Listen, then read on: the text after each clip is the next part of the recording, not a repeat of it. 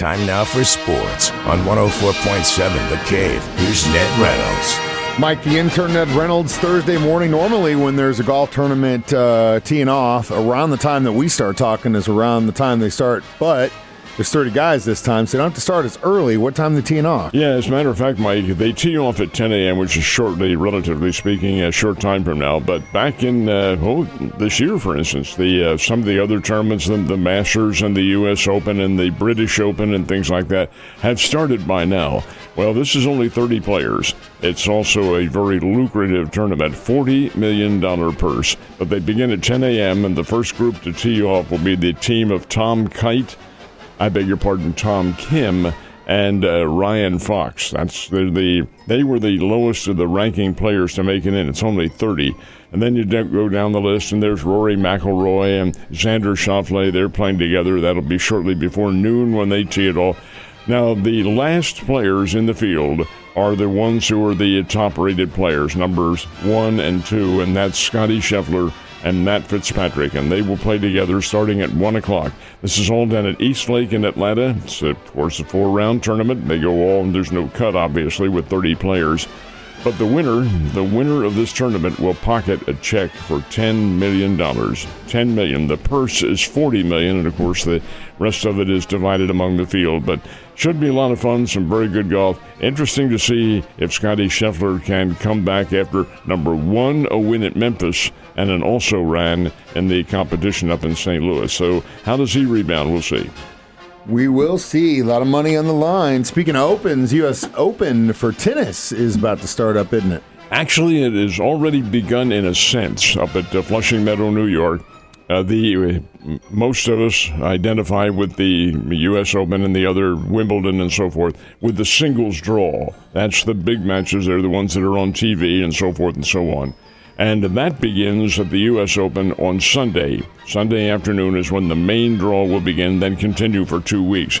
But already underway is competition. Well, there have been qualifying rounds and mixed doubles and things of that nature. As a matter of fact, the mixed doubles championship was won last night by the team of Karolina Muchova, who's a very highly respected and highly ranked women's tennis player on the WATP Tour, and her partner, guy named Jakub Mensik.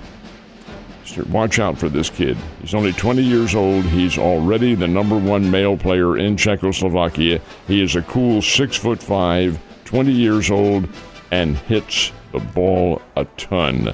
I watched him last night. His serve's coming in at upwards of 140 miles an hour. Kid can really play. He has already played in the big tournaments at 20 years old and younger, obviously.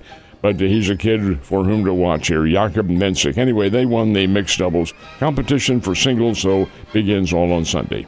Yesterday when they made the announcement, the first thing I thought that you would say, and let me see if I'm on base or I'm off base, they finally got something right.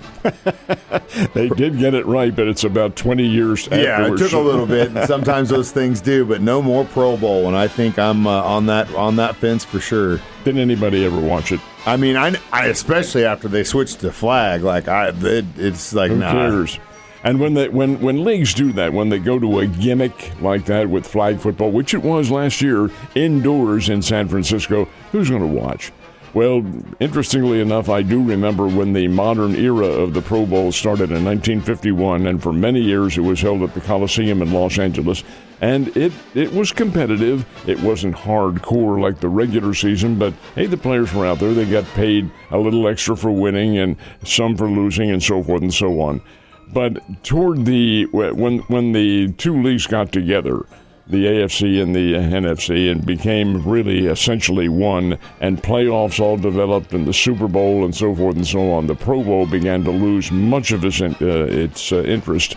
And matter of fact, it moved to Hawaii. They played there for, over almost 2 decades.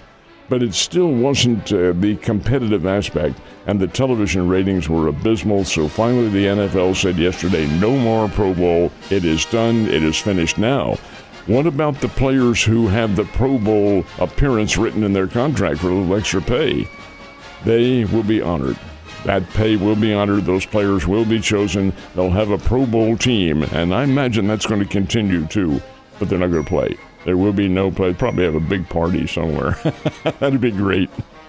Yeah, I mean, in there should be, if there's accolades and stuff to give out and that stuff, and they deserve it, and I get that, and that's cool, but it doesn't need to be what it's been going forward, especially if that game doesn't mean anything, and it's just basically a week off before the Super Bowl. Here is one that I think a lot of folks would find very interesting. Back in the 1970s, the NFL, seeing the attendance and the TV ratings dropping, changed stadiums, and they went from stadium to stadium to stadium. 1974 Pro Bowl All-Star Game was at Arrowhead.